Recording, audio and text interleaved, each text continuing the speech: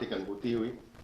अब हम माननीय प्रधानमंत्री जी से अनुरोध करेंगे कि वे बटन दबाएं और प्रत्यक्ष लाभ अंतरण के माध्यम से 9 करोड़ से अधिक किसानों को 18,000 करोड़ रुपए से अधिक की धनराशि जारी करें। यह राशि लाभार्थियों के बैंक खातों में आज ही तत्काल अंतरित हो जाएगी।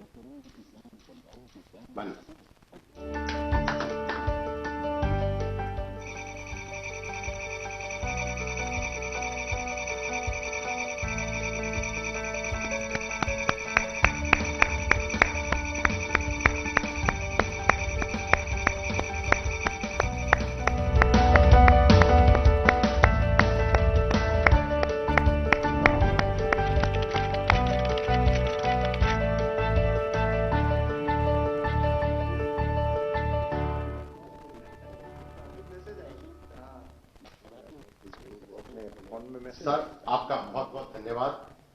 अब माननीय प्रधानमंत्री जी से देश के विभिन्न भागों के किसानों के साथ इस विभाग की योजनाओं के तहत उनके अनुभव के बारे में परस्पर बातचीत करने के लिए आमंत्रित करना चाहते हैं।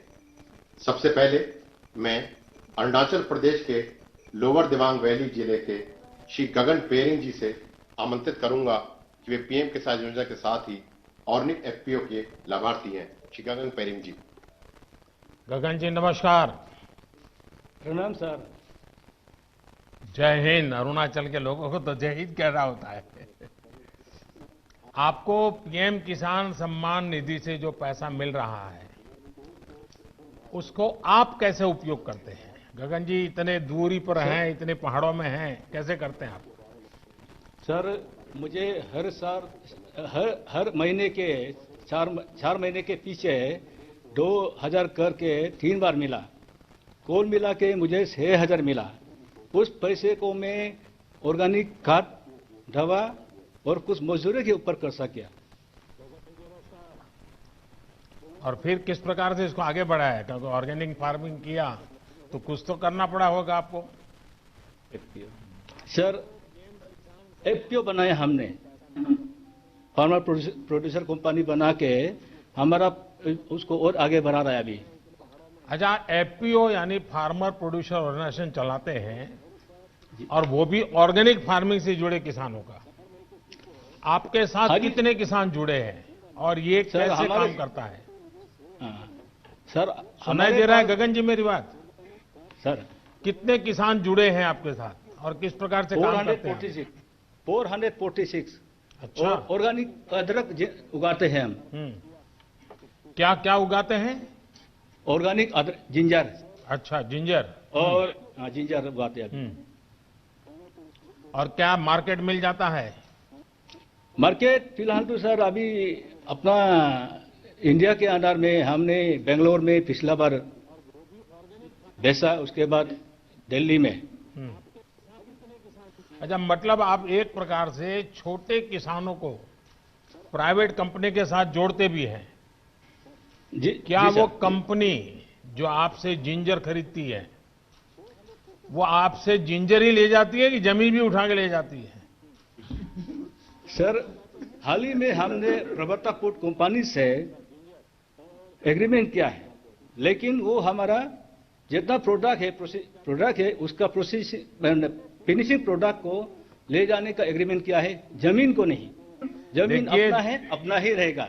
आप अरुणाचल के इतने कोने में बैठे हैं, आपको विश्वास है कि आपकी जमीन सुरक्षित है, लेकिन कुछ लोग ऐसा भ्रम फैला रहे हैं कि आपकी फसल का कोई कॉन्ट्रैक्ट करेगा, एग्रीमेंट करेगा तो जमीन भी चली जाएगी। अब इतना झूठ बोल रहे हैं।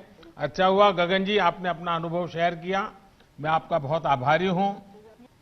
और आपने इतने सारे किसानों को जोड़ा है, ये भी बहुत प्रसन्नता का विषय है। मैं धन्यवाद करता हूं आपका। धन्यवाद गगन जी। अब मैं उड़ीसा के नौपाड़ा जिले के श्री नवीन ठाकुर जी को आमंत्रित करूंगा, जो पीएम किसान योजना के साथ साथ किसान क्रेडिट कार्ड योजना के भी लाभार्थी हैं। श्री ठाकुर जी। नवीन जी जय जगन्नाथ। माननीय प्रधानमंत्री जी मेरा नमस्कार। बताइए क्या किस प्रकार के योजना का आपको लाभ हुआ, क्या कहना चाहेंगे आप?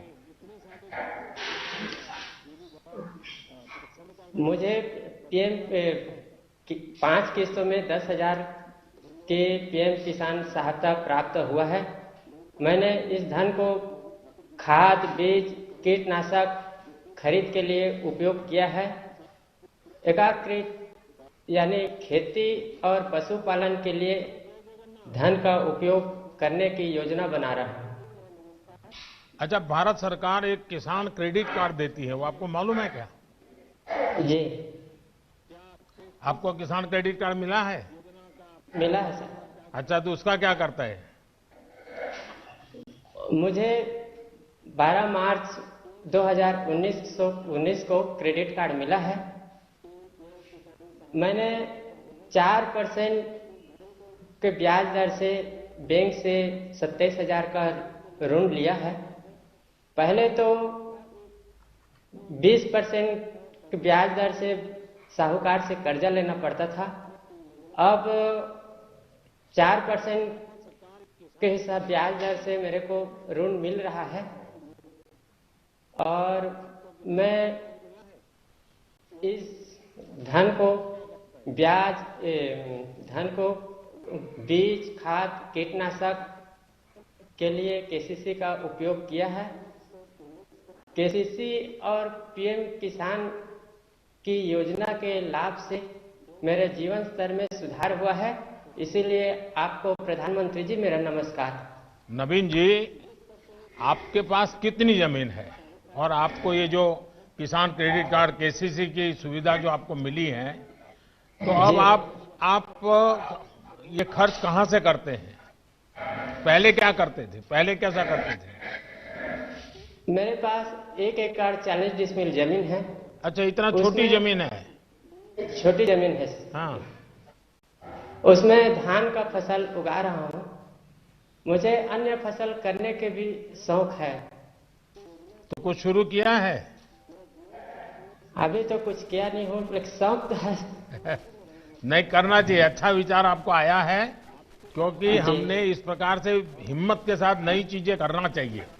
देखिए नवीन जी, अटल जी की सरकार ने किसानों को बैंकों से सस्ते ऋण की ये योजना शुरू की थी जी। और आज उनका जन्मदिन है। अब इसको आप जैसे उड़ीसा में दूर सुदूर बैठे किसानों तक ये मिशन मोड पर काम करने के कारण पहुंचा है। और जैसा आपने कहा, ब्याज में राहत हो गई है, आपको किसी बहुत बड़े ब्याज से पैसा नहीं लेना पड़ रहा है। अब आप नई नई फसल की तरफ जाना चाहते हैं। यही सारी बातें हैं जो छोटे छोटे किसानों को मदद हो, इसलिए सरकार काम कर रही है। और मेरा आपसे आग्रह होगा, आप भी छोटे छोटे किसानों को समझाइए कि ये केसीसी कार्ड नहीं मिला है तो प्राप्त कर लें। केसीसी कार्ड का उपयोग करते बैंकों से पैसे लें, ज्यादा ब्याज से पैसे न लें, अपने बच्चों के लिए ज्यादा खर्चा करें, अपने खेती के लिए ज्यादा खर्चा करें। ये जरूर सबको बताइए। करेंगे नवीन जी? जी पक्का करेंगे? जी, पक्का करूंगा सर। चलिए, जय जगन्नाथ आपको। नमस्कार सर। धन्यवाद। अब मैं हरियाणा के फतेहाबाद जिले के श्री हरि सिंह जी को आमंत्रित करूंगा, जो पीएम किसान योजना के साथ क्रॉप डाइवर्सिफिकेशन योजना के लाभार्थी हैं। हरि सिंह जी नमस्ते। नमन प्रणाम सर। नमस्कार साहब, बताइए हरि किशन जी। मैं हरि सिंह बिश्नोई, पुत्र श्री फकीरचंद, निवासी नाढोड़ी, जिला फतेहाबाद, हरियाणा का निवासी हूँ। हम 4 भाई 40 एकड़ में संयुक्त खेती करते हैं। मेरे परिवार में हम 15 सदस्य, कुल 15 सदस्य हैं और 35 वर्ष से खेती कर रहा हूं मैं। तो पिताजी के पास तो काफी जमीन होगी, अब सब भाइयों में बढ़ गई होगी, अब क्या स्थिति है? नहीं, सभी इकट्ठे रह रहे हैं जी, एक संयुक्त खेती करते हैं जी। अच्छा, यानी आपने ये बहुत अच्छा रास्ता निकाला। नहीं तो ज्यादातर परिवारों में क्या हो रहा है कि एक पीढ़ी से दूसरी पीढ़ी, दूसरी तीसरी आते आते जमीन के टुकड़े इतने छोटे हो जाते हैं कि किसान के लिए बहुत मुश्किल हो जाता है। नहीं जी, हम तो इकट्ठे तो रह अब रहे हैं चारों। आप सब मिलकर के परिवार पूरी तरह, और इतने सालों से आप खेती में हैं, जरा देश के किसानों को बताइए क्या नया कर रहे हैं आप, कैसे कर रहे हैं, मुझे भी समझाइए। मैं पहले तो धान की खेती करता था जी, उसके बाद अब बागवानी की तरफ रुझान है। अब पहले 2 एकड़ में बाग लगाया था, फिर 2 एकड़ में फिर लगाया, अब करके मेरे पास 10 एकड़ में बाग है जी। बागवानी की खेती की तरफ रुझान है मेरा। बागवानी में क्या क्या करते हैं आप? 3 एकड़ में नींबू की खेती कर रखी है, 7 एकड़ में अमरूद लगा रखा है जी। और आपका सारा सामान दिल्ली में बिक जाता है? नहीं जी, हम लोकल मंडियों में बेच देते हैं, यहाँ नजदीक छोटी छोटी मंडियों में बिक्री हो जाता है। अच्छा, यानी ये जो एपीएमसी है उसके बाहर भी बेचते थे? हाँ जी। और वो उसको आपको पूरा पैसा मिलता है? पूरा पैसा मिलता है जी। पहले से ज्यादा अच्छा मिलता है? अच्छा मिलता है जी। अभी एमएसपी पे धान बेचा। चलिए, मैं पहले तो आपको और आपके सभी भाइयों को बधाई देता हूं, क्योंकि वरना एक ही प्रकार की खेती करते करते इतना पानी हम बर्बाद कर दिए, इतनी जमीन बर्बाद कर दी। लेकिन आपने थोड़ा, भले 3 एकड़ से शुरू किया है, लेकिन मुझे विश्वास है कि नई नई चीजें करके आप बहुत अच्छी तरह योगदान करेंगे। और जमीन को अलग अलग फसलों से जोड़ने से आपकी जमीन की ताकत भी बढ़ेगी, आपको अनुभव आया होगा। तो मैं आपको बहुत बहुत बधाई देता हूं और आपके पूरे परिवार को मेरी तरफ से बहुत शुभकामनाएं। धन्यवाद जी। धन्यवाद। अब मैं महाराष्ट्र के लातूर जिले के श्री गणेश राजेंद्र भोसले जी को आमंत्रित करूंगा। वे पीएम किसान योजना के साथ साथ ही प्रधानमंत्री फसल बीमा योजना के भी लाभार्थी हैं। श्री भोसले जी। गणेश जी नमस्ते। राम राम सर जी। राम राम। गणेश जी बताइए, आपके पास कितनी जमीन है?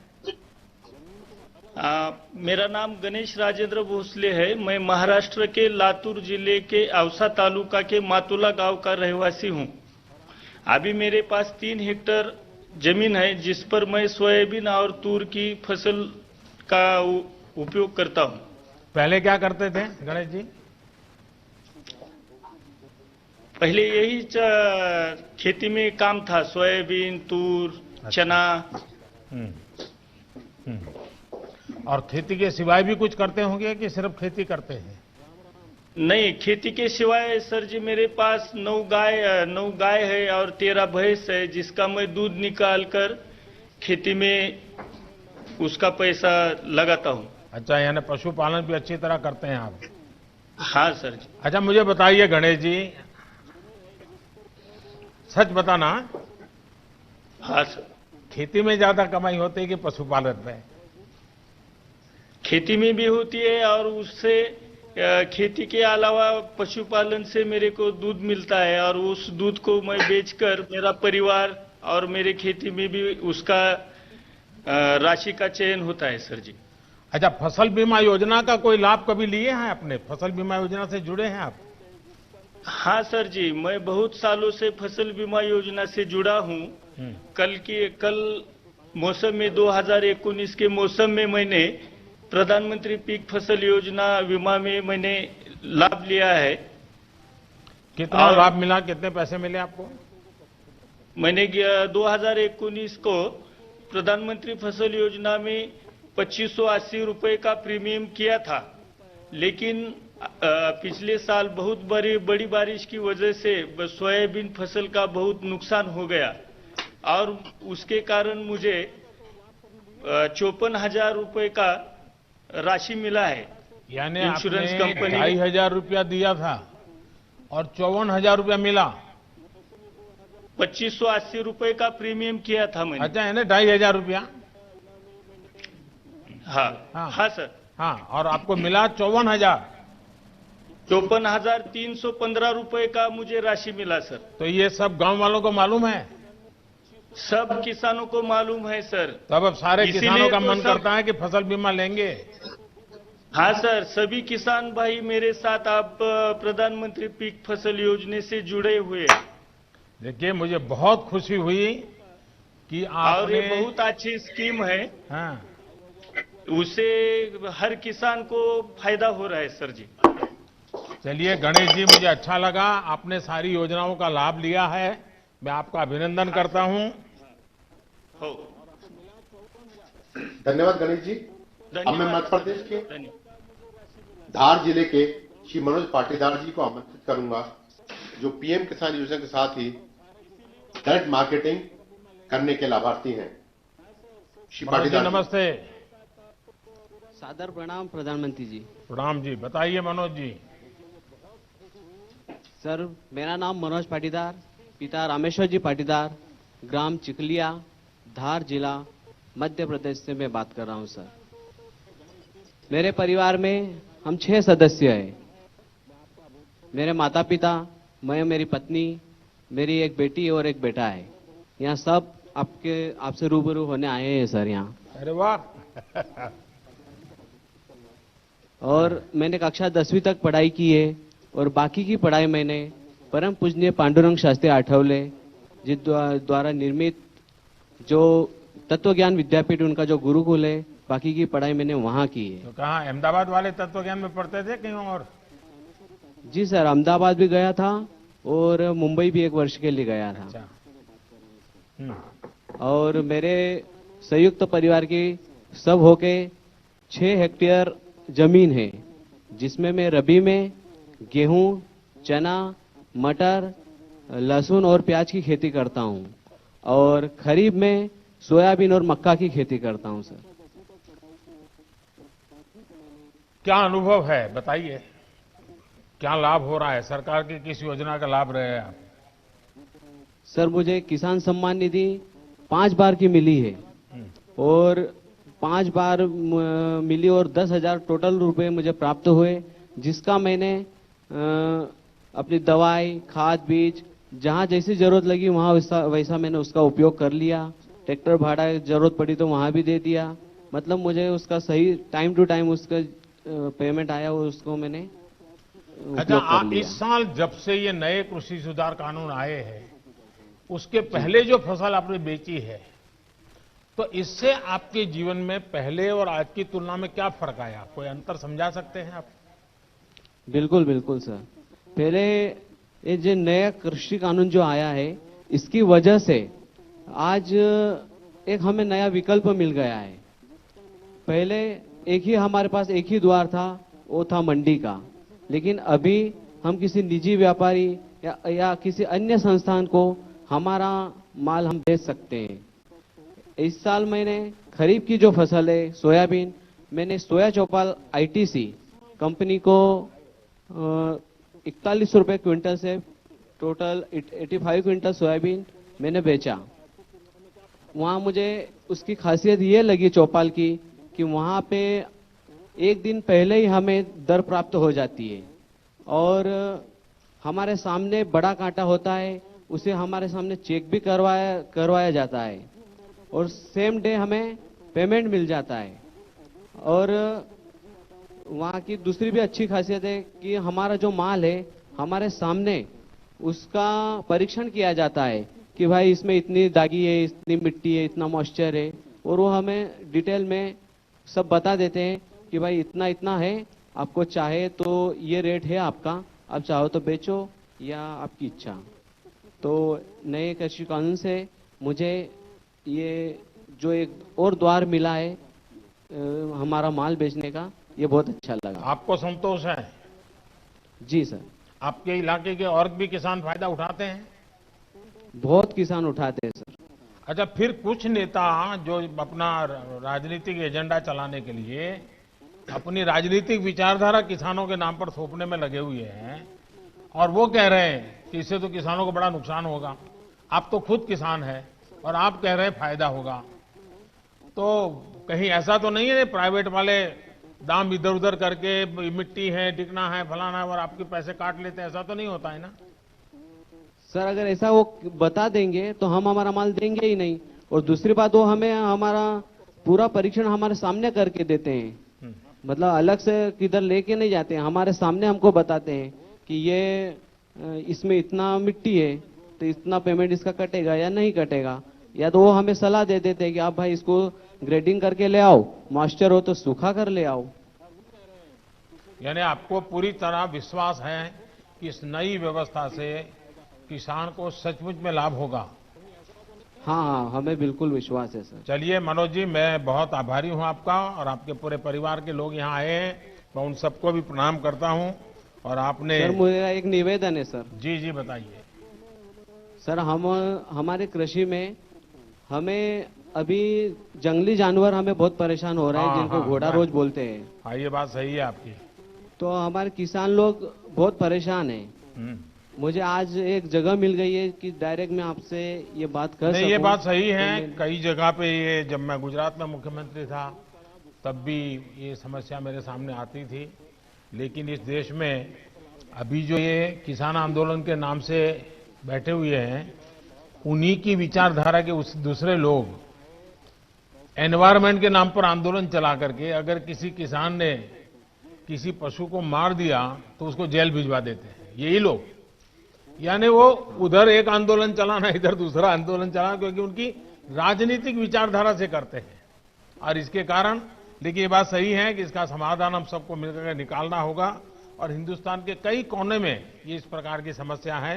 लेकिन मनोज जी, मैं आपका आभारी हूं, आपने इस बात का मेरे ध्यान पर आकर्षित किया। धन्यवाद जी। धन्यवाद जी। धन्यवाद। अब मैं तमिलनाडु के कृष्णगिरी जिले के श्री एम सुब्रमणी को आमंत्रित करूंगा, जो पीएम किसान योजना के साथ ही सूक्ष्म सिंचाई योजना के भी लाभार्थी हैं। श्री सुब्रमणी जी। वणक्कम। வணக்கம் பிரதமர் வணக்கம். हाँ बोलिए। உங்களை பத்தி சொல்லுங்க, உங்க இதை பத்தி, குடும்பத்தை பத்தி சொல்லுங்க, உங்களுக்கு எவ்வளவு ஜமீன் நிலம் இருக்குது அதை பத்தி சொல்லுங்க. வணக்கம் பிரதமருக்கு. என் பேர் சுப்பிரமணி, கிருஷ்ணகிரி மாவட்டம். என் குடும்பத்தில் 4 பேர் இருக்கிறோம். எங்களுக்கு 4 ஏக்கர் நிலம் இருக்குது. விவசாயம் செஞ்சுன்னு வர்றோம். தக்காளி 2 ஏக்கரை போட்டுருக்கோம். பட்டன் ரோஸ் 1 ஏக்கரை போட்டு இருக்கிறோம். मेरा नाम सुब्रमण्य है.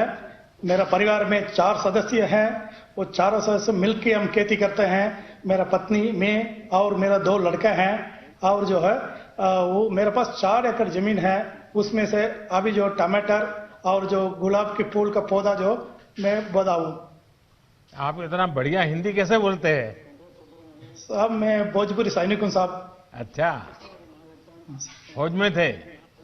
फौज में था साहब. अच्छा, वाह। तो आपने और भी फसल आप कर रहे हैं, और पानी की स्थिति क्या है? क्योंकि चेन्नई वगैरह में तो पानी की बड़ी दिक्कत है, तो गांव में और दिक्कत कैसी होती होगी? தண்ணி ரொம்ப கம்மியா கிடைக்குது, எப்படி நீங்க விவசாயம் பண்றீங்க அப்படின்னு கேட்கறாரு. தண்ணி கம்மியாக கிடைக்கிறதுக்கு நான் சொட்டு நீர் பாசனம் மூலிமா, தோட்டக்கலைத்துறை மூலிமா சொட்டு நீர் பாய்ச்சிட்டு வர்றேன். அவங்க சொல்லணும் 33,000 சொல்லணும். 1,33,000 ரூபாய்க்கு 100% மானியம் மூலிமா எங்களுக்கு இலவசமா 3 ஏக்கருக்கு சொட்டு நீர் பாசனம் வசதி செஞ்சு கொடுத்துறாங்க. அதனால 1 ஏக்கரா நிலம் வடிகால் மூலமா பாய்ச்சிட்டு இருந்தேன். இப்போ 3 ஏக்கராவும் விவசாயம் செய்கிறேன்.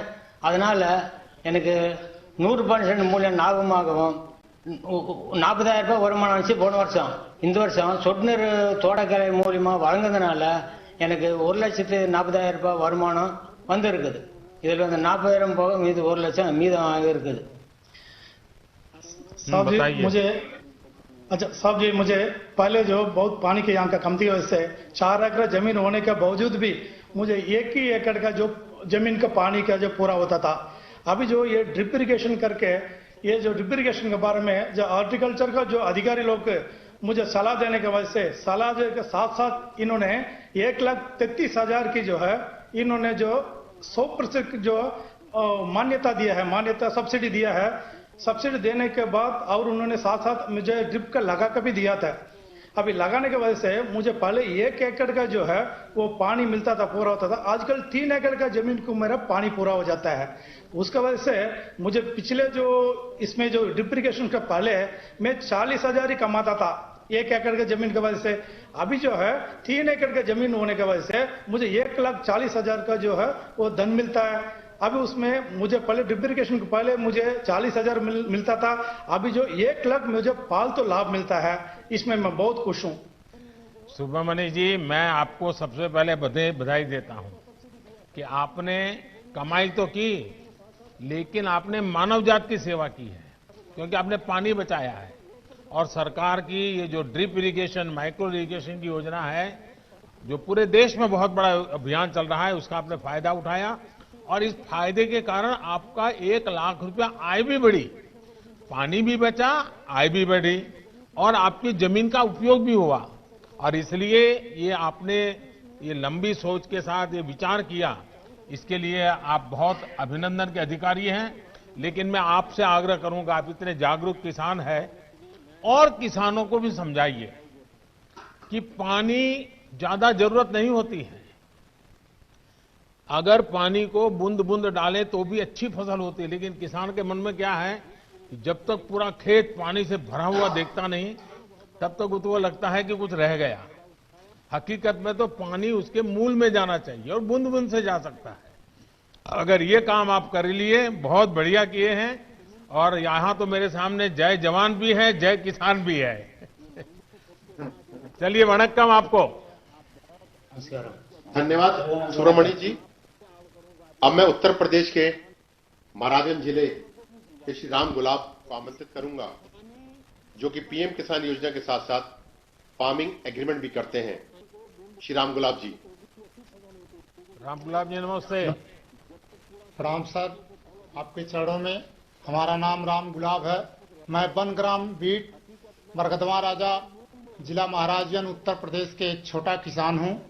मेरे पास महोदय 1.5 एकड़ जमीन है। इसमें हम धान, गेहूं और सब्जी की खेती करता हूं। मेरे परिवार में महोदय मेरे माता पिता एवं 3 बच्चे एवं उनकी बहुएं भी आ चुकी हैं। कुल 10 परिवार से हम रहते हैं एक साथ। तो इतनी छोटी जमीन का टुकड़ा और इतना बड़ा परिवार, आपने कैसा व्यवस्था क्या नई बनाई है? सर, हम एक किसानों के साथ मिलकर के एक एफपीओ का गठन किए हैं, जिसमें हमारे 100 किसानों से हम महोदय शुरू किए हैं, जिसे आपसे कहने में बड़ा खुशी, आभार व्यक्त करते हैं कि आपसे हम रूबरू हो रहे हैं। और वो खेती जो है सबके साथ मिला करके एफपीओ के द्वारा हम सर करते हैं।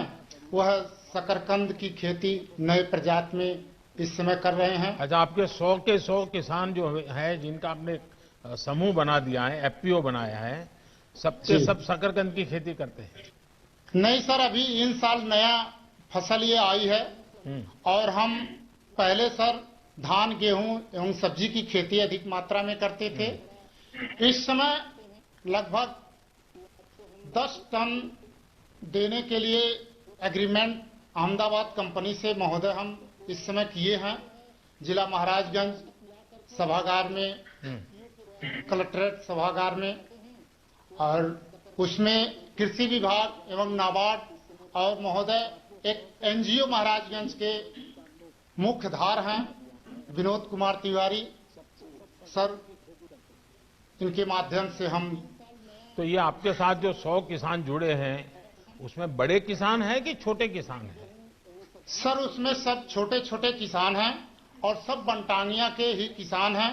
महाराजगंज में महोदय 18 बनटांगिया किसान, 18 बनग्राम हैं, जिनमें से पहले 100 किसान से हम जुड़ करके इस समय महोदय 300 से ऊपर किसान इसमें जुड़ चुके हैं। अरे वाह!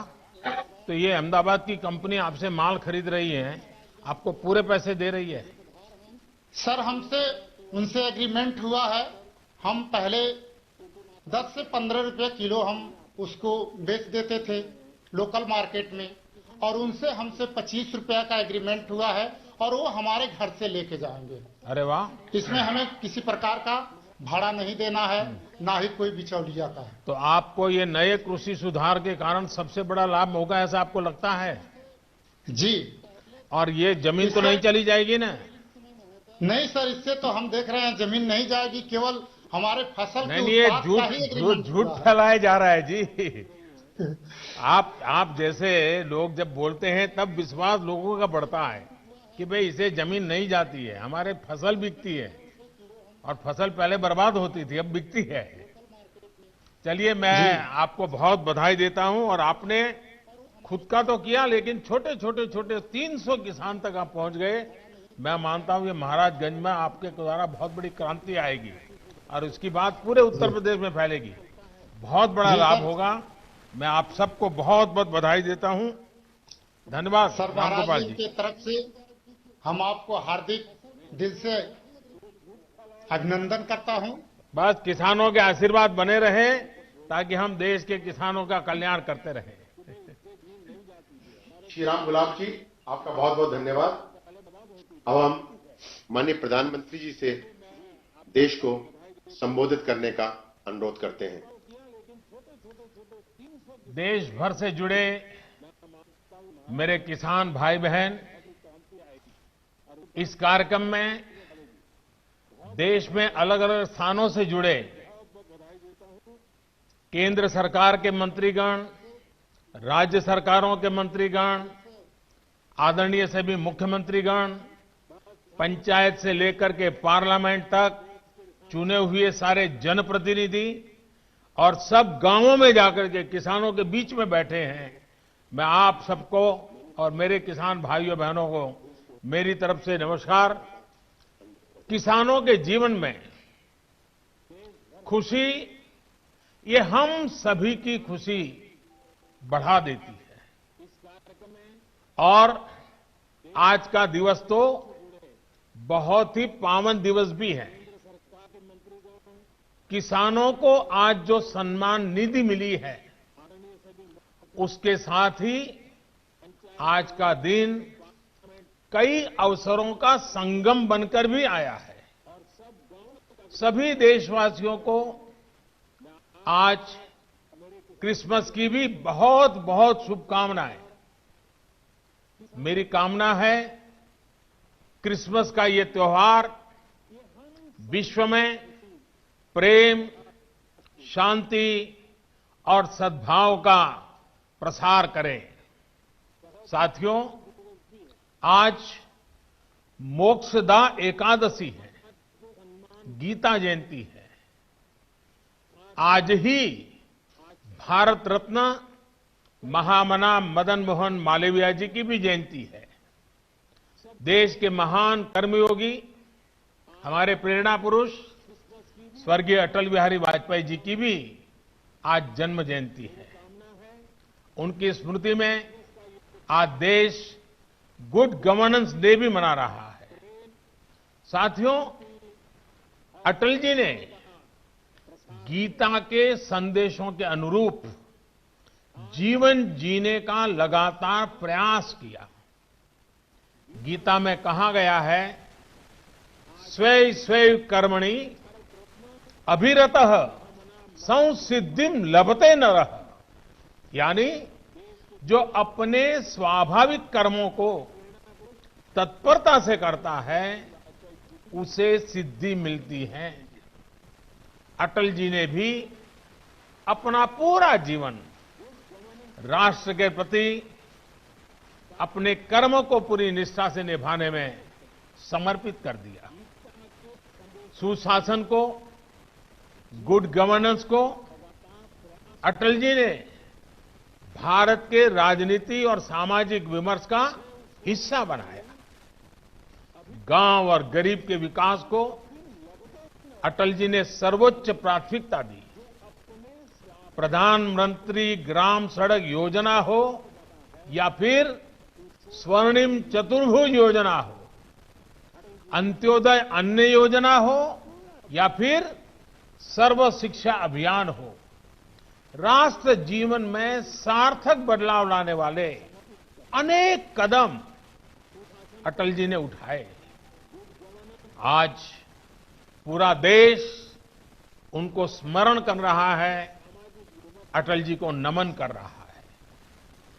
आज जिन कृषि सुधारों को देश ने जमीन पर उतारा है, उनके सूत्रधार भी एक प्रकार से अटल बिहारी वाजपेयी भी थे।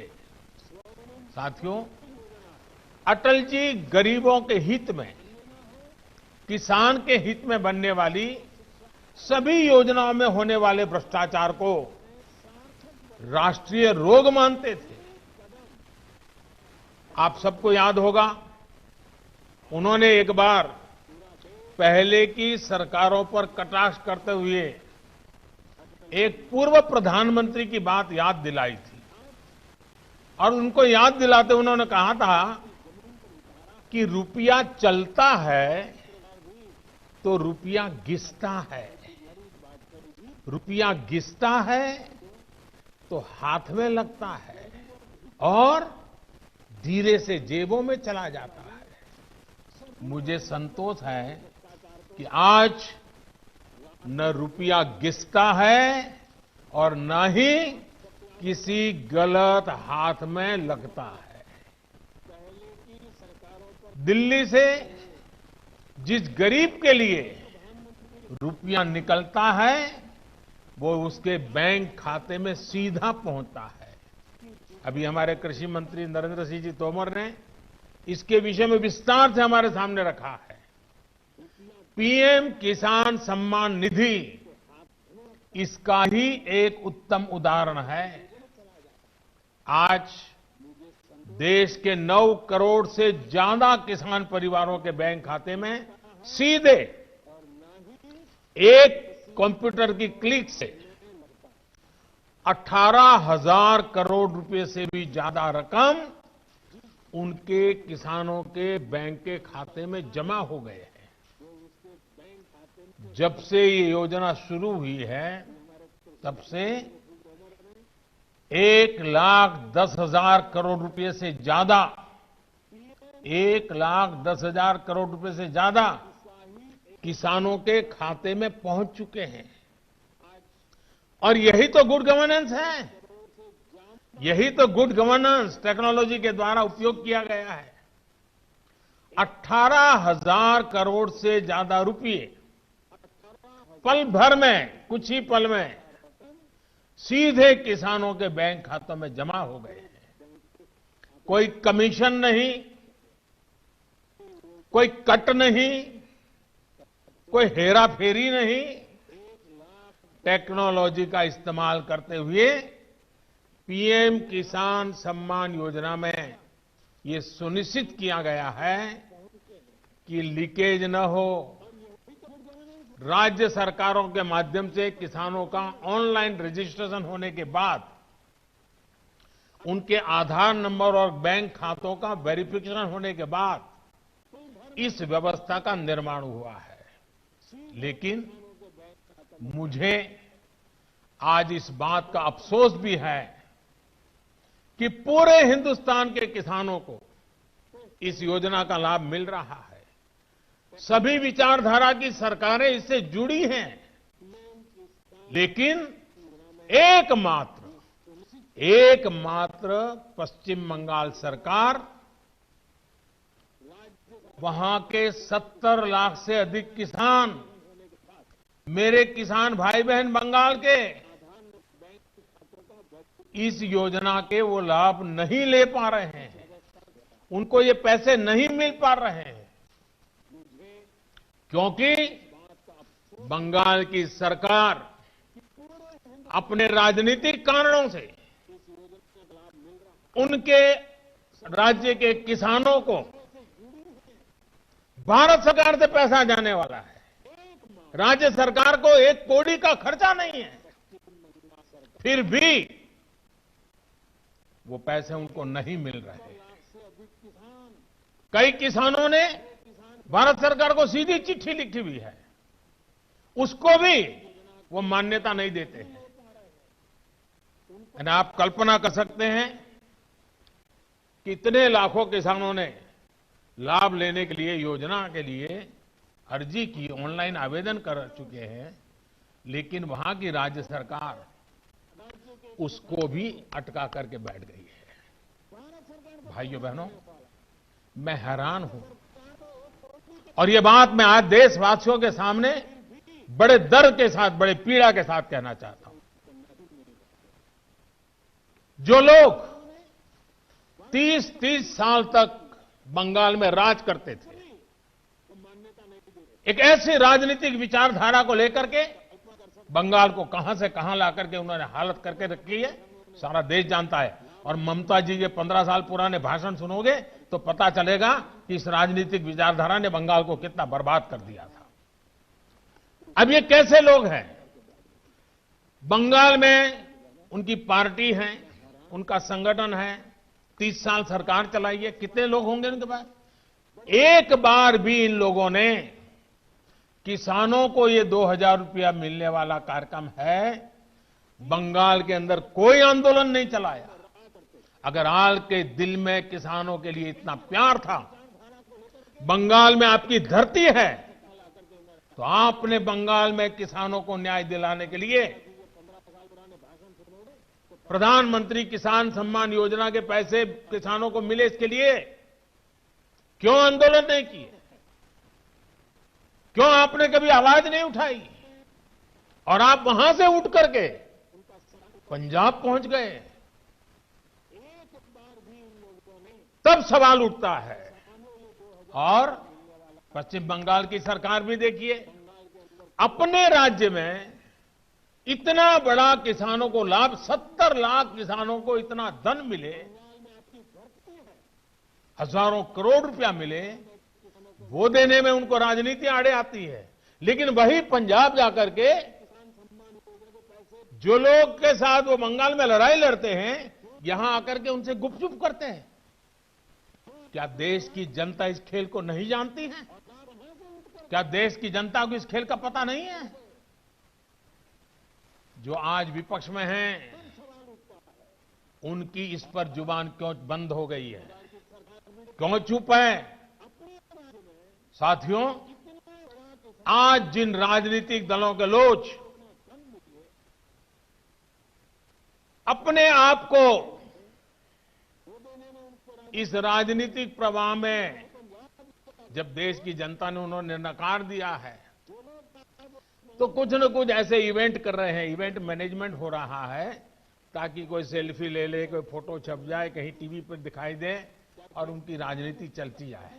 अब देश ने उन लोगों को भी देख लिया है, ये देश के सामने एक्सपोज हो गए हैं। स्वार्थ की राजनीति का एक भद्दा उदाहरण हम बहुत बारीकी से देख रहे हैं। जो दल पश्चिम बंगाल में किसानों के हित पर कुछ नहीं बोलते, वो यहां दिल्ली के नागरिकों को परेशान करने पर लगे हुए हैं, देश की अर्थनीति को बर्बाद करने पर लगे हुए हैं, और वो भी किसान के नाम पर। इन दलों को आपने सुना होगा, मंडिया बोल रहे हैं, एपीएमसी की बात कर रहे हैं और बड़ी बड़ी हेडलाइन लेने के लिए भाषण कर रहे हैं। लेकिन ये दल, वही झंडे वाले, वही विचारधारा वाले जिन्होंने बंगाल को बर्बाद किया। केरल के अंदर उनकी सरकार है। इसके पहले जो 50 साल 60 साल तक देश पर राज करते थे, उनकी सरकार थी। केरल में एपीएमसी नहीं है, मंडियां नहीं है। मैं जरा इनको पूछता हूं, यहां फोटो निकालने के कार्यक्रम करते हैं, अरे केरल में आंदोलन करके वहां तो एपीएमसी चालू करवाओ। पंजाब के किसानों को गुमराह करने के लिए आपके पास समय है। केरल के अंदर यह व्यवस्था नहीं है। अगर ये व्यवस्था अच्छी है तो केरल में क्यों नहीं है? क्यों आप दोगली नीति लेकर के चल रहे हो? ये किस तरह की राजनीति कर रहे हैं जिसमें कोई तर्क नहीं, कोई तथ्य नहीं है? सिर्फ झूठे आरोप लगाओ, सिर्फ अफवाहें फैलाओ, हमारे किसानों को डरा दो, और भले भोले किसान कभी कभी आपकी बातों में गुमराह हो जाते हैं। भाइयों बहनों, ये लोग लोकतंत्र के किसी पैमाने को, किसी पैरामीटर को मानने को तैयार नहीं है। इन्हें सिर्फ अपना लाभ, अपना स्वार्थ नजर आ रहा है। और मैं जितनी बातें बता रहा हूं किसानों के लिए नहीं बोल रहा हूं। किसानों के नाम पर अपने झंडे लेकर के जो खेल खेल रहे हैं, अब उनको ये सच सुनना पड़ेगा और हर बात को किसानों को गाली दी, किसानों को अपमानित किया, ऐसे कर करके बच नहीं सकते हो आप लोग। ये लोग अखबारों और मीडिया में जगह बनाकर राजनीतिक मैदान में खुद के जिंदा रहने की जड़ी बूटी खोज रहे हैं, लेकिन देश का किसान उनको पहचान गया है। अब देश का किसान उनको ये जड़ी बूटी कभी देने वाला नहीं है। कोई भी दल राजनीति, लोकतंत्र में राजनीति करने का उनको हक है, हमें इसका विरोध नहीं है, लेकिन निर्दोष किसानों की जिंदगी के साथ न खेलें, उनके भविष्य के साथ खिलवाड़ न करें, उन्हें गुमराह न करें, भ्रमित न करें। साथियों, ये वही लोग हैं जो बरसों तक सत्ता में रहे। इनकी नीतियों की वजह से देश की कृषि और किसान का उतना विकास नहीं हो पाया जितना उसमें सामर्थ्य था। पहले की सरकारों की नीतियों की वजह से सबसे ज्यादा बर्बाद वो किसान हुआ जिसके पास न तो ज्यादा जमीन थी, न ज्यादा संसाधन। इस छोटे किसान को बैंकों से पैसा नहीं मिलता था, क्योंकि उसके पास तो बैंक खाता तक नहीं था। पहले के समय में जो फसल बीमा योजना थी, उसका लाभ भी इन छोटे किसानों के लिए तो कहीं नामो निशान नहीं था। कोई इक्का दुक्का कहीं मिल जाए तो अलग बात है। इस छोटे किसान को खेत सिंचने के लिए न पानी मिलता था, न बिजली मिलती थी। वो हमारा बेचारा गरीब किसान अपना खून पसीना लगाकर वो खेतों में जो पैदा भी करता था, उसे बेचने में भी उसकी हालत खराब हो जाती थी। इस छोटे किसान की सुध लेने वाला कोई नहीं था। और आज मैं देशवासियों को फिर याद दिलाना चाहता हूं, देश में इन किसानों की संख्या छोटी नहीं है। जिनके साथ यह अन्याय किया गया है ना, ये संख्या 80% से ज्यादा किसान इस देश में हैं, करीब करीब 10 करोड़ से भी ज्यादा, जो इतने वर्षों तक सत्ता में रहे। उन्होंने इन किसानों को अपने हाल पर छोड़ दिया था। चुनाव होते रहे, सरकारें बनती रही, रिपोर्ट आती रही, आयोग बनते रहे, वादे करो भुला दो, करो भुला दो, यही सब हुआ। लेकिन किसान की स्थिति नहीं बदली। नतीजा क्या हुआ? गरीब किसान और गरीब होता गया। क्या देश में इस स्थिति को बदलना आवश्यक नहीं था? मेरे किसान भाइयों और बहनों, 2014 में सरकार बनने के बाद हमारी सरकार ने नई अप्रोच के साथ काम करना शुरू किया। हमने देश के किसान की छोटी छोटी दिक्कतों और कृषि के आधुनिकीकरण, उसे भविष्य की जरूरतों के लिए तैयार करने, दोनों पर एक साथ ध्यान दिया। हम बहुत सुनते थे कि उस देश में खेती इतनी आधुनिक है, वहां का किसान इतना समृद्ध है। कभी इजराइल का उदाहरण सुनते रहते थे। हमने दुनिया भर में कृषि क्षेत्र में क्या क्रांति आई है, क्या बदलाव आए हैं, क्या नए इनिशिएटिव आए हैं, क्या अर्थव्यवस्था के साथ कैसे जोड़ा है, सारी चीजों का गहन अध्ययन किया। इसके बाद हमने अपने अलग अलग लक्ष्य बनाए और सभी पर एक साथ काम शुरू किया। हमने लक्ष्य बनाकर काम किया कि देश के किसानों का खेती पर होने वाला खर्च, इनपुट कॉस्ट, ये कम हो, उसका खर्चा कम हो। सॉइल हेल्थ कार्ड, यूरिया की नीम कोटिंग, लाखों की संख्या में सोलर पंप, ये सारी योजनाएं उनका इनपुट कॉस्ट कम करने के लिए एक के बाद एक उठाई। हमारी सरकार ने प्रयास किया कि किसान के पास एक बेहतर फसल बीमा कवच हो। आज देश के करोड़ों किसानों को पीएम फसल बीमा योजना का लाभ हो रहा है और मेरे प्यारे किसान भाइयों बहनों, अभी जब मैं किसान भाइयों से बात कर रहा था तो मुझे हमारे महाराष्ट्र लातूर के गणेश जी ने बताया कि 2,500 रुपया उन्होंने दिया और 54,000 रुपया करीब करीब मिला। मामूली प्रीमियम के बदले किसानों को पिछले साल में 87,000 करोड़ रुपए क्लेम राशि मिली है। 87 यानी करीब करीब 90,000 करोड़ मामूली प्रीमियम दिया किसानों ने। मुसीबत के समय ये फसल बीमा उनको काम आया।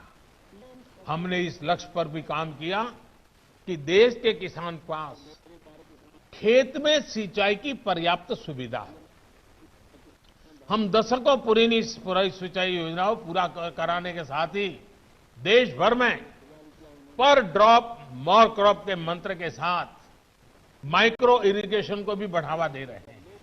और मुझे खुशी हुई, अभी तमिलनाडु के हमारे सुब्रमण्य जी मुझे बता रहे थे कि उन्होंने माइक्रो इरिगेशन से, ड्रिप इरिगेशन से जो पहले 1 एकड़ का काम होता था 3 एकड़ का हुआ और पहले से ज्यादा 1 लाख रुपए ज्यादा कमाया माइक्रो इरिगेशन।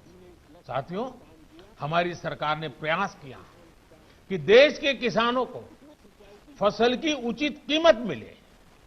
हमने लंबे समय से लटकी स्वामीनाथन कमेटी की रिपोर्ट के अनुसार लागत का 1.5 गुना एमएसपी किसानों को दिया। पहले कुछ ही फसलों पर एमएसपी मिलती थी, हमने उनकी भी संख्या बढ़ाई। पहले एमएसपी का ऐलान अखबारों में छोटी सी जरा जगह बनाना खबर के तौर पर आप छपता था, किसानों तक लाभ नहीं पहुंचता था, कहीं तराजू ही नहीं लगते थे। और इसलिए किसान के जीवन में कोई बदलाव ही नहीं आता था। हम आज एमएसपी पर रिकॉर्ड सरकारी खरीद कर रहे हैं। किसानों की जेब में एमएसपी का रिकॉर्ड पैसा पहुंच रहा है। जो आज किसानों के नाम पर आंदोलन कर रहे हैं, वो जब उनका समय था तब चुप मार करके बैठे हुए थे। ये जितने लोग आंदोलन चला रहे हैं ना, ये उस सरकार के हिस्सेदार थे, समर्थन करते थे। और यही लोग स्वामीनाथन कमेटी की रिपोर्ट के ऊपर बैठ गए थे, सालों तक बैठ गए थे। हमने आकर के निकाला, क्योंकि हमारे दिल में किसान की जिंदगी को भला करना, कल्याण करना, ये हमारा जीवन का मंत्र है, इसलिए कर रहे हैं। साथियों, हम इस दिशा में भी फसल बेचने के लिए किसान के पास सिर्फ एक मंडी नहीं, बल्कि उसको विकल्प मिलना चाहिए, बाजार मिलना चाहिए। हमने देश की 1,000 से ज्यादा कृषि मंडियों को ऑनलाइन जोड़ा। इनमें भी 1 लाख करोड़ रुपए से ज्यादा का कारोबार किसानों ने कर दिया है। किसान ऑनलाइन बेचना शुरू किया है। साथियों, हमने एक और लक्ष्य बनाया कि छोटे किसानों के समूह बने, ताकि वो अपने क्षेत्र में एक सामूहिक ताकत बनकर काम करें। आज देश में 10,000 से ज्यादा किसान उत्पादक संघ एफपीओ बनाने का अभियान चल रहा है। उन्हें आर्थिक मदद दी जा रही है। अभी हम महाराजगंज के राम गुलाब जी से सुन रहे थे, 300 के करीब किसानों को इकट्ठा किया है उन्होंने, और पहले की तुलना में 1.5 गुना भाव से माल बेचना शुरू हुआ है। एफपीओ बनाया उन्होंने, वैज्ञानिक तरीके से खेती में मदद ली और आज उनको फायदा हो रहा है। साथियों, हमारे कृषि क्षेत्र की सबसे बड़ी आवश्यकता है गांव के पास ही भंडारण, कोल्ड स्टोरेज, इसकी आधुनिक सुविधा कम कीमत पर हमारे किसानों को उपलब्ध हो। हमारी सरकार ने इसे भी प्राथमिकता दी। आज देश भर में कोल्ड स्टोरेज का नेटवर्क विकसित करने के लिए सरकार करोड़ों रुपए का निवेश कर रही है। हमारी नीतियों में इस पर भी बल दिया गया है कि खेती के साथ ही किसान के पास आय बढ़ाने के दूसरे विकल्प भी हो। हमारी सरकार मछली पालन, पशुपालन, डेयरी उद्योग, मधुमक्खी पालन सभी को प्रोत्साहित कर रही है। हमारी सरकार ने ये भी सुनिश्चित किया कि देश के बैंकों का पैसा देश के किसानों के काम आए। 2014 में जब हम पहली बार सरकार में आए और शुरुआत थी हमारी, 2014 में जहां 7 लाख करोड़ रुपए का प्रावधान एक किसानों के लिए किया गया था धन के लिए, वही इससे अब करीब 14 लाख करोड़ रुपए यानी 2 गुना किया गया है ताकि किसान को कर्ज मिल सके। बीते कुछ महीनों से करीब 2.5 करोड़ छोटे किसानों को किसान क्रेडिट कार्ड से जोड़ा गया है और अभियान तेजी से चल रहा है। हम मछली पालकों, पशुपालकों, उनको भी किसान क्रेडिट कार्ड दे रहे हैं। ये लाभ उनको भी अब दिया जा रहा है। साथियों, हमने इस लक्ष्य पर भी काम किया। खेती की दुनिया में क्या चल रहा है, इसके लिए देश में आधुनिक कृषि संस्थान हो।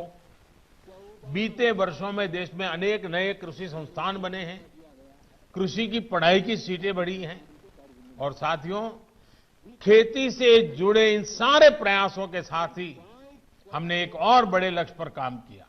ये लक्ष्य है गांव में रहने वाले किसान का जीवन आसान हो। साथियों, आज जो किसानों के लिए इतने आंसू बहा रहे हैं, इतने बड़े बड़े बयान दे रहे हैं, बड़ा दुख दिखा रहे हैं, जब ये लोग सरकार में थे तब इन्होंने किसानों का दुख, उनकी तकलीफ दूर करने के लिए क्या किया, ये देश का किसान अच्छी तरह जानता है। आज सिर्फ खेती ही नहीं बल्कि उसके जीवन को आसान बनाने के लिए हमारी सरकार उसके दरवाजे तक पहुंची है, खेत के मेड़ तक पहुंची है। आज देश के छोटे और सीमांत किसान को अपना पक्का घर मिल रहा है, शौचालय मिल रहा है, साफ पानी का नल मिल रहा है। यही किसान है जिसे बिजली के मुफ्त कनेक्शन, गैस के मुफ्त कनेक्शन, ये बहुत बड़ा लाभ हुआ है।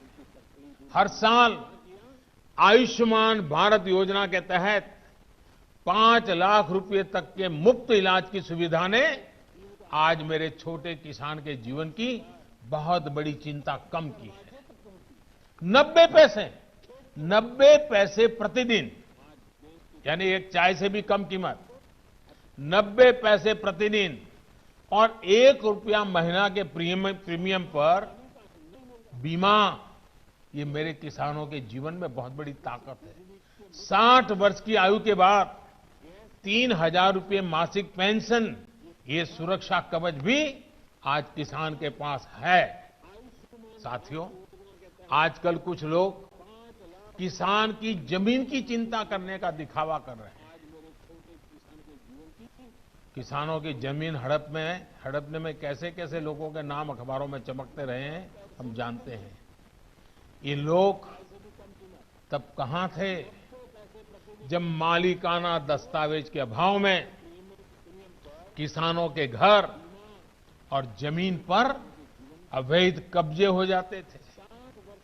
गांव के छोटे और सीमांत किसानों को, खेत मजदूरों को इस अधिकार से इतने सालों तक वंचित किसने रखा?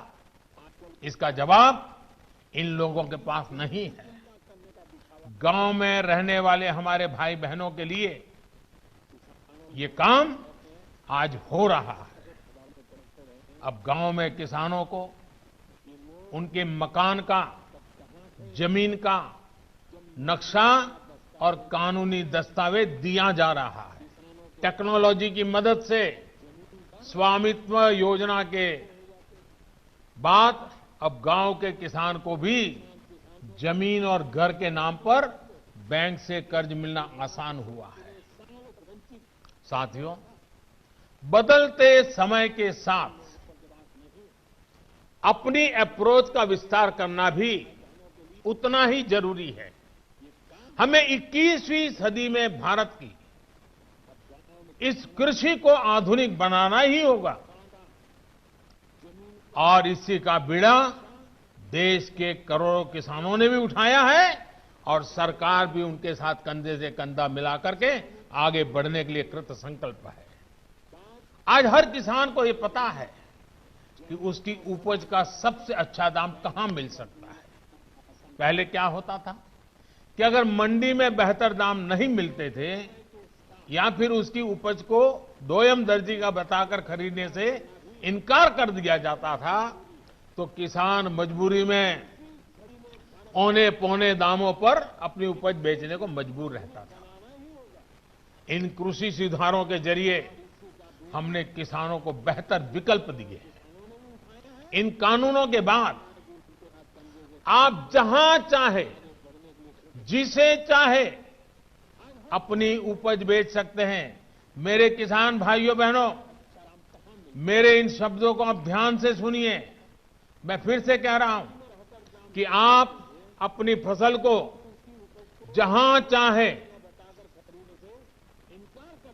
आप निर्णय करके बेच सकते हैं। आपको जहां सही दाम मिले आप वहां पर उपज बेच सकते हैं। आप न्यूनतम समर्थन मूल्य यानी एमएसपी पर अपनी उपज बेचना चाहते हैं, आप उसे बेच सकते हैं। आप मंडी में अपनी उपज बेचना चाहते हैं, आप बेच सकते हैं। आप अपनी उपज का निर्यात करना चाहते हैं, आप निर्यात कर सकते हैं। आप उसे व्यापारी को बेचना चाहते हैं, आप बेच सकते हैं। आप अपनी उपज दूसरे राज्य में बेचना चाहते हैं, आप बेच सकते हैं। आप पूरे गांव के किसानों को एफपीओ के माध्यम से इकट्ठा कर अपनी पूरी उपज को एक साथ बेचना चाहते हैं, आप बेच सकते हैं। आप बिस्किट, चिप्स, जैम, दूसरे कंज्यूमर उत्पादों की वैल्यू चेन का हिस्सा बनना चाहते हो, आप ये भी कर सकते हैं। देश के किसान को इतने अधिकार मिल रहे हैं तो इसमें गलत क्या है? इसमें गलत क्या है कि अगर किसानों को अपनी उपज बेचने का विकल्प ऑनलाइन माध्यम से पूरे साल और कहीं भी मिल रहा है। साथियों, आज नए कृषि सुधारों के बारे में असंख्य झूठ फैलाए जा रहे हैं। कुछ लोग किसानों के बीच भ्रम फैला रहे हैं कि एमएसपी समाप्त की जा रही है, तो कुछ लोग अफवाहें फैला रहे हैं कि मंडियों को बंद कर दिया जाएगा। मैं आपको फिर ध्यान दिलाना चाहता हूं कि इन कानूनों को लागू हुए कई महीने बीत गए हैं। क्या आपने देश के किसी एक कोने में एक भी मंडी के बंद होने की खबर सुनी है? जहां तक एमएसपी का सवाल है, हाल के दिनों में सरकार ने बहुत सी फसलों का न्यूनतम समर्थन मूल्य भी बढ़ा दिया है। ये कृषि सुधारों के बाद भी हुआ है, नए कृषि कानूनों के बाद भी हुआ है।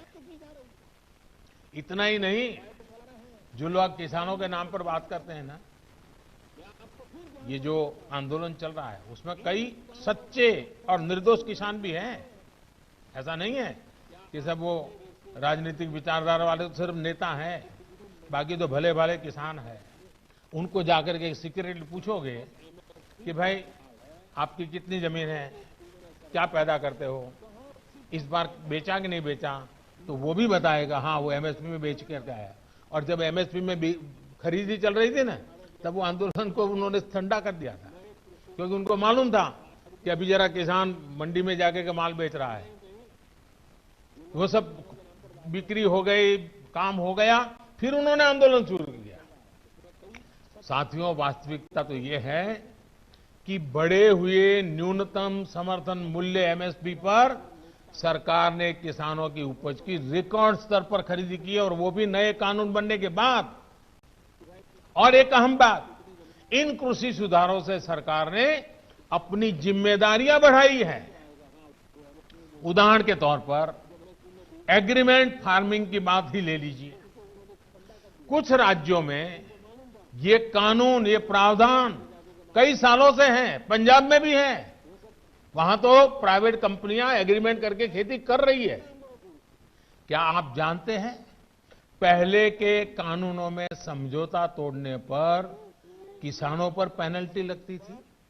मेरे किसान भाइयों को भी ये किसी ने समझाया नहीं होगा, लेकिन हमारी सरकार ने ये सुधार किया और ये सुनिश्चित किया कि मेरे किसान भाइयों पर पेनल्टी या किसी तरह का जुर्माना नहीं लगेगा। साथियों, आप ये भली भांति जानते हैं कि पहले अगर किसी कारणवश किसान मंडी नहीं भी जा पाता था तो वो क्या करता था? वो किसी ट्रेडर को अपना माल बेच देता था। ऐसे में वो व्यक्ति किसान का फायदा ना उठा पाए, उसके लिए भी हमारी सरकार ने कानूनी उपाय किए हैं। खरीदार समय से आपका भुगतान करने के लिए अब कानूनन बाध्य है। उसे रसीद भी काटनी होगी और 3 दिन के भीतर भुगतान भी करना होगा, नहीं तो ये कानून किसान को शक्ति देता है, ताकत देता है, वो अधिकारियों के पास जाकर कानूनी तंत्र का सहारा लेकर अपना पैसा प्राप्त कर सके। ये सारी चीजें हो चुकी हैं, हो रही है। खबरें आ रही हैं कि कैसे एक एक करके हमारे देश के किसान भाई इन कानूनों का फायदा उठा रहे हैं। सरकार किसान के साथ हर कदम पर खड़ी है। किसान चाहे जिसे अपनी उपज बेचना चाहे, सरकार ने ऐसी व्यवस्था की है कि एक मजबूत कानून और लीगल सिस्टम किसानों के पक्ष में खड़ा रहे। साथियों, कृषि सुधारों का एक और अहम पक्ष भी ये है के लिए समझना जरूरी है। अब जब कोई किसान के साथ एग्रीमेंट करेगा तो वो ये भी चाहेगा कि उपज अच्छी से अच्छी हो।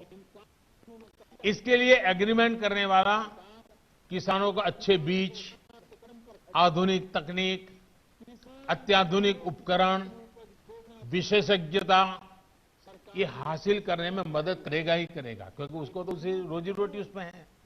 अच्छी उपज के लिए सुविधाएं किसानों के दरवाजे पर उपलब्ध करवाएगा। एग्रीमेंट करने वाला व्यक्ति बाजार की ट्रेंड से पूरी तरह वाकिफ रहेगा और इसी के अनुरूप हमारे किसानों को बाजार की मांग के हिसाब से काम करने में मदद करेगा। अब आपको मैं एक और स्थिति बताता हूं।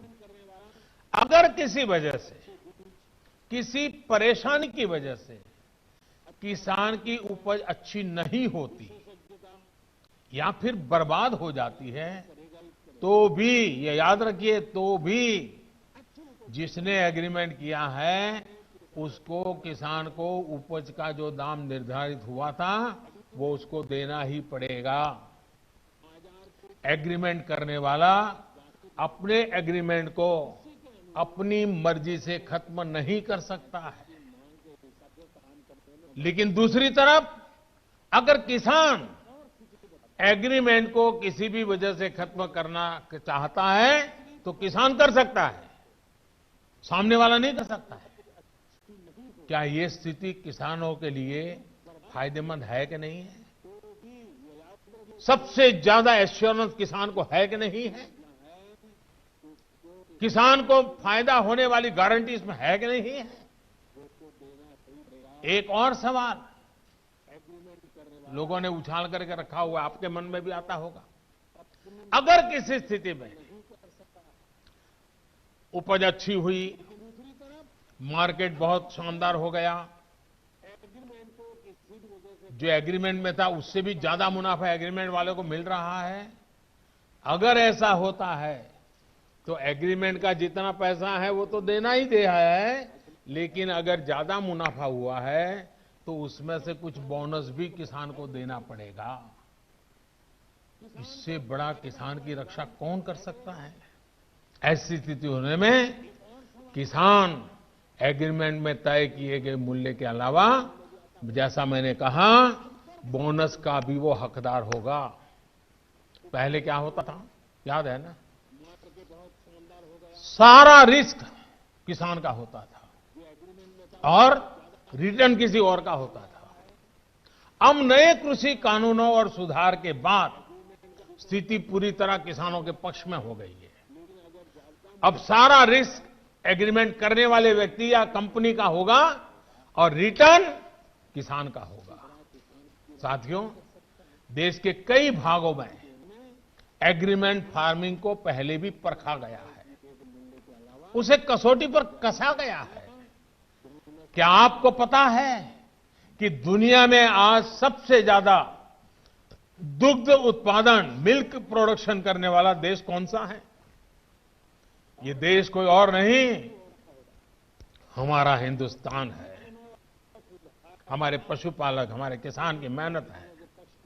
आज डेयरी सेक्टर में बहुत सी सहकारी और निजी कंपनियां किसानों से, दुग्ध उत्पादकों से दूध खरीदती हैं और उसे बाजार में बेचती हैं।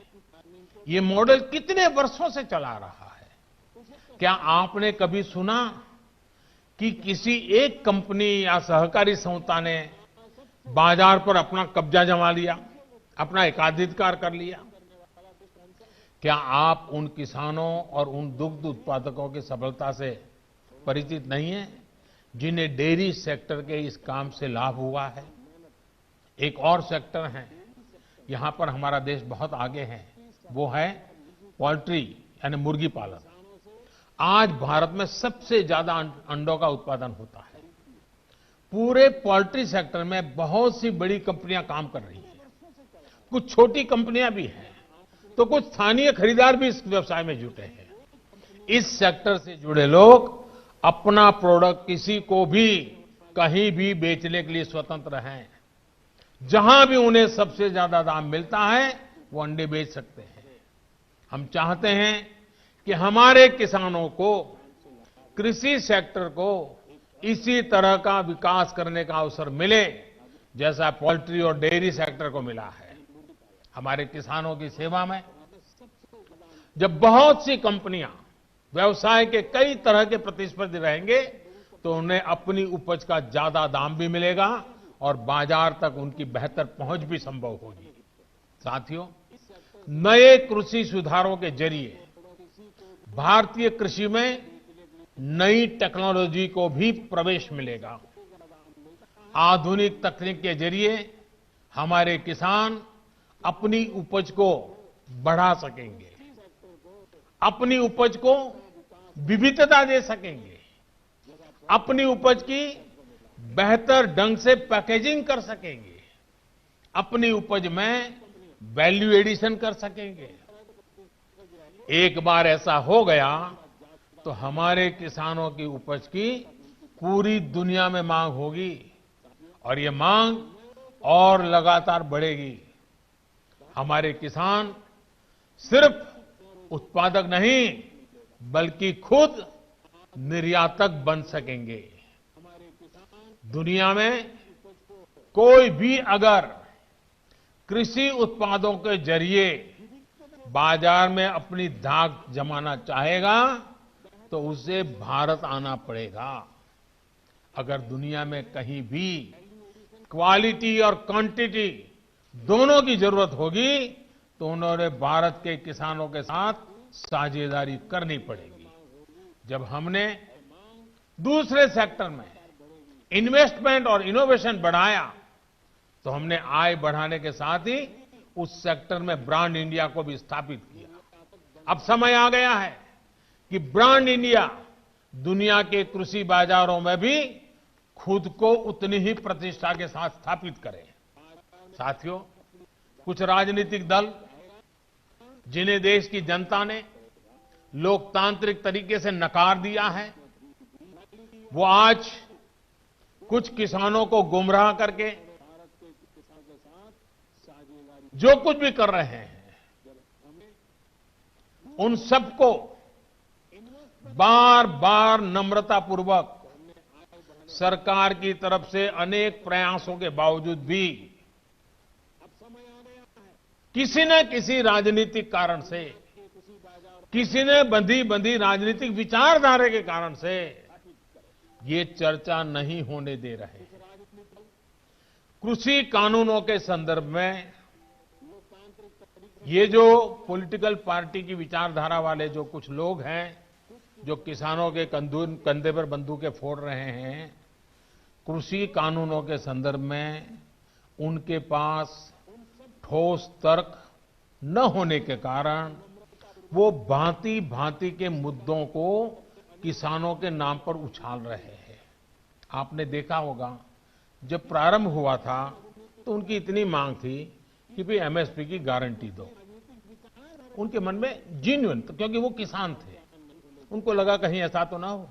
लेकिन इसका माहौल दिखा करके ये राजनीतिक विचारधारा वाले चढ़ बैठे और अब एमएसपी वगैरह बाजू में क्या चल रहा है, ये लोग हिंसा के आरोपी ऐसे लोगों को जेल से छुड़ाने की मांगे कर रहे हैं। देश में आधुनिक हाईवेज बने, निर्माण हो, जो पिछली सब सरकारों ने किया था। ये लोग भी उस सरकारों में समर्थन करते थे, भागीदार थे। अब कहते हैं टोल टैक्स नहीं होगा, टोल खाली कर दो। भाई किसान का विषय छोड़ करके नई जगह पे क्यों जाना पड़ रहा है? जो नीतियां पहले के समय से चली आ रही है, अब ये किसान आंदोलन की आड़ में उनका भी विरोध कर रहे हैं, टोल नाकों का विरोध कर रहे हैं। साथियों, ऐसी परिस्थिति में भी देश भर के किसानों ने कृषि सुधारों का भरपूर समर्थन किया, भरपूर स्वागत किया है। मैं सभी किसानों का आभार व्यक्त करता हूं। मैं सर झुका करके उनको प्रणाम करता हूं कि देश को आगे ले जाने के लिए देश के कोटि कोटि किसान आज इस निर्णय के साथ, हिम्मत के साथ खड़े हुए हैं। और मैं मेरे किसान भाइयों बहनों को भरोसा दिलाता हूं कि आपके विश्वास पर हम कोई आंच नहीं आने देंगे। पिछले दिनों अनेक राज्य, और ये बात समझनी होगी, अनेक राज्य, चाहे असम हो या इधर राजस्थान हो, जम्मू कश्मीर हो, ऐसे कई जगह पे पंचायतों के चुनाव हुए। इनमें प्रमुखतया ग्रामीण क्षेत्र के लोगों को ही वोट देना होता है, एक प्रकार से किसान को ही वोट देना होता है। इतना गुमराह करने वाला का खेल चलता था, इतना बड़ा आंदोलन का नाम दिया जा रहा था, होहल्ला किया जाता था, लेकिन इसी के अगल बगल में जहां जहां चुनाव हुए हैं, उन गांवों के किसानों ने ये आंदोलन चलाने वाले जो इतने लोग थे उनको नकार दिया है, पराजित कर दिया है। ये भी एक प्रकार से उन्होंने बैलेट बॉक्स के द्वारा ये नए कानूनों को खुला समर्थन किया है। साथियों, तर्क और तथ्य के आधार पर हर कसौटी पर हमारे ये निर्णय कसे जा सकते हैं। उसमें कोई कमी है तो उसको इंगित करना चाहिए, लोकतंत्र है। हमें सब प्रकार का भगवान ने ज्ञान दिया ऐसा दावा हमारा नहीं है, लेकिन बात तो हो। इन बातों के बावजूद भी लोकतंत्र में अटूट आस्था और श्रद्धा होने के कारण, किसानों के प्रति हमारा समर्पण होने के कारण हर समय किसानों के हर मुद्दे पर चर्चा के लिए सरकार तैयार है। समाधान के लिए हम खुला मन लेकर के चल रहे हैं। कई दल ऐसे भी हैं जो इन्हीं कृषि सुधारकारों के पक्ष में रहे हैं। उनके लिखित बयान भी हमने देखे हैं। वो आज अपनी कही बात से ही मुकर गए हैं, उनकी भाषा बदल गई है। वो राजनीतिक नेता जो किसानों को भ्रमित करने में जुटे हुए हैं, जिनकी लोकतंत्र में रत्ती भर भी श्रद्धा नहीं है, वो विश्वास ही नहीं करते डेमोक्रेसी में। दुनिया के कई देशों में उनका परिचय है लोगों को। ऐसे लोगों के जो भी उन्होंने कहा है पिछले दिन, जिस प्रकार के अनलगढ़ आरोप लगाए हैं, जिस भाषा का प्रयोग किया है, पता नहीं कैसी कैसी इच्छाएं व्यक्त की है, मैं बोल भी नहीं सकता। ये सब करने के बावजूद भी, उन सब चीजों को सहन करने के बाद भी, उसको पेट में उतार करके, मन ठंडा रख करके, उन सबको सहन करते हुए मैं आज फिर एक बार नम्रता के साथ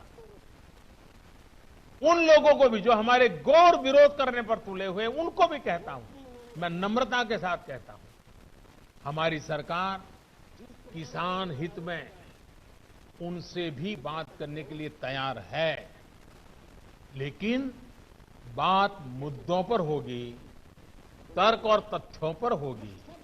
साथियों, हम देश के अन्नदाता को उन्नत करने के लिए हर संभव प्रयास कर रहे हैं। जब आपकी उन्नति होगी तो पूरे राष्ट्र की उन्नति तय है। सिर्फ आत्मनिर्भर किसान ही आत्मनिर्भर भारत की नींव डाल सकता है। मेरे देश के किसानों से आग्रह है, किसी के बहकावे में ना आए, किसी के झूठ को न स्वीकारे, तर्क और तथ्य के आधार बनाकर ही सोचे विचारे। और फिर एक बार देश भर के किसानों ने खुल करके जो समर्थन दिया है, ये मेरे लिए अत्यंत संतोष और गर्व का विषय है। मैं आपका बहुत आभारी हूं। एक बार फिर से करोड़ों किसान परिवारों को पीएम किसान सम्मान निधि के लिए मैं आपको बहुत बहुत बधाई देता हूं और मैं आपसे लगातार प्रार्थना करता हूं, आपके लिए भी प्रार्थना करता हूं, आप स्वस्थ रहें, आपका परिवार स्वस्थ रहे, इसी कामना के साथ आप सभी का बहुत बहुत आभार, धन्यवाद।